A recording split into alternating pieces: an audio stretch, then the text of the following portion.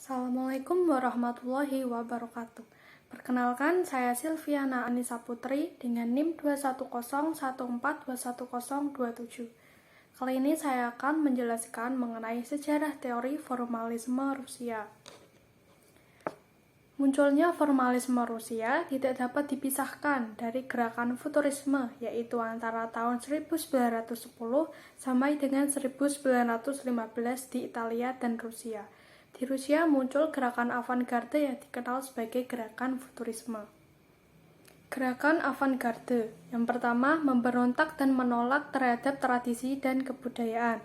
Yang kedua, sastra hendaknya menyesuaikan diri dengan zaman modern yang bergerak cepat dan bentuknya tidak mengenal ketenangan. Reaksi terhadap aliran positivisme. Yang pertama, tidak sependapat dengan aliran positivisme yang terlalu memperhatikan data-data biografis dalam studi ilmiah dan cenderung menganggap yang ilahi ialah absolut. Berikut ini tokoh-tokoh aliran formalisme. Yang pertama ada Roman Jakobson, yang kedua ada S.K. Jelovsky, dan yang ketiga ada T.Y.N. Janov. Terdapat 4 pokok gagasan dalam formalisme Rusia. Yang pertama, defamiliarisasi dan deotomatisasi. Yang kedua, teori naratif. Yang ketiga, analisis motif. Dan yang keempat, fungsi untuk objek estetik. Yang pertama, saya akan menjelaskan mengenai defamiliarisasi dan deotomatisasi. Apa sih defamiliarisasi? Defamiliarisasi yaitu teknik membuat teks menjadi aneh dan asing. Istilah defamiliarisasi dikemukakan oleh S.K. Jelovsky untuk menyebut teknik bercerita dengan gaya bahasa yang menonjol dan menyimpang dari biasanya. Dalam proses pencerapan pembaca, efek deomatisasi dirasakan sebagai sesuatu yang aneh. Dengan teknik pengungkapan rahasia pembaca dapat memahami sarana yang dipergunakan oleh pengarang. Teknik itu misalnya menunda, menyisipi, memperlambat, memperpanjang sehingga menarik perhatian pembaca. Yang kedua, teori naratif. Kaum formalis Rusia memperkenalkan dikotomi baru antara struktur yang terorganisasi dengan bahan material yang tidak terorganisir, menggantikan dikotomi lama antara bentuk dan isi untuk kepentingan analisis teks naratif. Menurut mereka, yang sungguh bersifat kesusastraan ialah alur, sedangkan cerita hanyalah bahan mentah yang saling membutuhkan pengolahan pengarang. Alur ialah penyusunan artistik motif sebagai akibat penerapan penyulapan terhadap cerita, dan alur bukan hanya sekadar peristiwa, melainkan sarana yang digunakan pengarang untuk menyela penceritaan. Yang ketiga, analisis motif. Secara umum, motif berarti unsur yang penuh arti dan diulang-ulang di dalam sebuah karya. Di dalam satu karya, motif merupakan unsur arti yang paling kecil dalam cerita. Bila motif tersebut direfleksikan, maka pembaca akan melihat motif itu dalam keseluruhan dan dapat menyimpulkan satu motif dasarnya. Contohnya ialah dalam cerita Panji dijumpai tema cinta sejati mengatasi segala kesalahan. Dan yang keempat ialah fungsi puitik dan objek estetik. Istilah fungsi mengacu pada penempatan suatu karya sastra dalam suatu modul komunikasi yang meliputi relasi antara pengarang, teks, dan pembaca. Menurut Jakobson, dalam setiap ungkapan bahasa terdapat sejumlah fungsi, misalnya fungsi referensial, emotif, konatif, dan puitik yang berkaitan dengan faktor-faktor seperti konteks, juru bicara, penerima, pengarang, pembaca, dan isi atau pesan bahasa itu sendiri. Pembahasan yang kedua ialah konsep dasar formalisme Rusia. Konsep yang mendasari studi kaum ialah tidak berfokus pada bagaimana sastra dipelajari, melainkan apa yang sebenarnya menjadi persoalan pokok dari studi sastra itu sendiri. Konsep formalisme sebagaimana yang dikatakan oleh Jakobson, yaitu objek ilmu sastra bukanlah kesusastraan, melainkan kesastraannya, yaitu yang menjadikan sebuah karya yang disebut sebagai karya sastra. Konsep dasar formalisme Rusia dibagi menjadi 4. Yang pertama, konsep formalisme Rusia tentang puisi.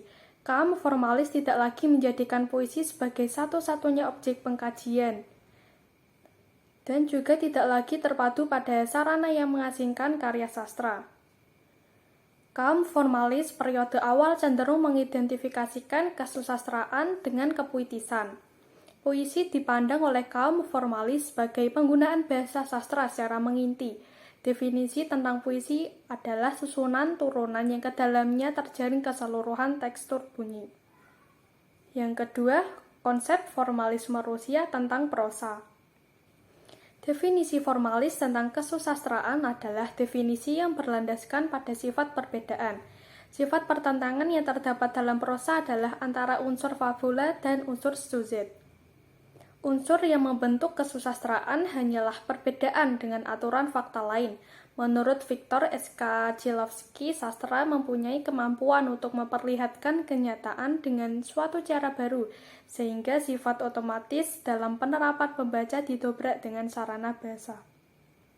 Yang ketiga, fakta sebagai landasan fabula. Konsep terpenting kaum formalis menyatakan bahwa kesusastraan itu mendefamiliarisasi kenyataan dan mendefamiliarisasi kesusastraan itu sendiri. Bertolak dari pandangan itu bahwa sujet pada dasarnya merupakan defamiliarisasi dari fakta yang merupakan landasan fabula. Fabula sebagai cerita yang difamiliarisasi dalam sujet tentunya dapat muncul tidak secara tiba-tiba, melainkan disebabkan oleh hal-hal tertentu. Salah satu penyebabnya ialah peristiwa yang terjadi dalam kehidupan sehari-hari. Dan yang keempat yaitu defamiliarisasi. Proses perwujudan karya sastra merupakan pertentangan dengan realita objektif yang disebut defamiliarisasi atau proses menjadikan sesuatu itu luar biasa sifatnya. Defamiliarisasi terwujud dalam teks sastra berupa sujet.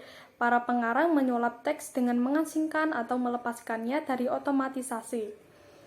Boris Eisenbaum memberi gagasan bahwa kaum formalis dipersatukan oleh adanya gagasan untuk membebaskan diksi puitik fokus seni karena memberikan peluang kepada pengarang untuk menyisipkan unsur artistik dalam keseluruhan alurnya.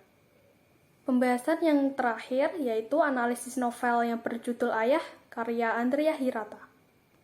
Latar belakang. Novel merupakan karya sastra yang berisi gambaran konkret tentang manusia dan koneksitas kehidupan yang disampaikan menggunakan bahasa. Dalam novel yang berjudul Ayah memiliki alur yang unik karena tidak konvensional dan beralur mundur yang menjadikannya berbeda dengan novel lain. Dalam novel Ayah menceritakan tentang dua tokoh sentral yaitu Amiru dan Sabari yang jatuh cinta kepada seorang perempuan yang bernama Marlena, tetapi cintanya bertepuk sebelah tangan. Meskipun demikian, Sabari tidak putus asa. Mulai dari SMA sampai lulus, Sabari berusaha melupakan Marlena, tetapi justru semakin lama tidak bisa melupakan. Dan akhirnya, Sabari memutuskan untuk bekerja di orang tuanya Marlena hanya untuk bisa melihat Marlena walaupun dari kejauhan. Teori yang digunakan dalam novel yang berjudul Ayah menggunakan metode deskriptif kualitatif yang bertujuan untuk melukiskan fakta objek penelitian secara jelas. Novel ini menggunakan teori formalisme Rusia yang menitik beratkan kajian pada alur dan unsur kesusastraan sebuah karya sastra. Tujuan pokok formalisme Rusia ialah studi ilmiah tentang sastra dengan meneliti unsur-unsur kesusastraan, puitik, asosiasi, dan oposisi. Bagian yang dianalisis. Tema dalam novel yang berjudul Ayah yaitu rasa kasih sayang seorang ayah kepada istri dan anaknya. Penokohan, tokoh utamanya ialah Sabari, istri Sabari yang bernama Marlena, anak Sabari dan Marlena ialah Zoro alias Arumi, sahabat Sabari ialah Tamat dan Ukun. Wataknya Sabari ialah penyayang dan sabar, wataknya Marlena ialah sombong dan egois, wataknya Zoro ialah penyayang dan penurut, dan wataknya Tamat dan Ukun ialah baik hati dan suka menolong. Alur dalam novel ini ialah alur mundur. Latar tempatnya ada di Belitung, Sumatera. Latar waktunya terjadi pada tahun 1990-an. Hasil kajian alur novel Ayah.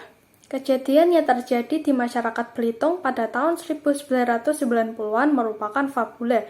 Inti cerita dalam novel tersebut merupakan hal yang sudah biasa terjadi. Contohnya tentang radio yang menjadi hiburan utama masyarakat. Alur dalam novel ini unik karena tidak konvensional dan beralur mundur. Kajian bahasa dalam novel Ayah. Dalam novel Ayah menggunakan ungkapan-ungkapan yang khas. Kalimatnya bernuansa Melayu karena berasal dari Belitung. dan menggunakan majas seperti metafora, personifikasi, perumpamaan, dan hiperbole. Penggunaan diksi yang tidak lazim justru menambah kekuatan dan keindahan dalam novel tersebut. Sekian dari penjelasan saya. Maaf jika ada kesalahan kata. Wabillahi taufiq walhidayah. Wassalamualaikum warahmatullahi wabarakatuh. Terima kasih.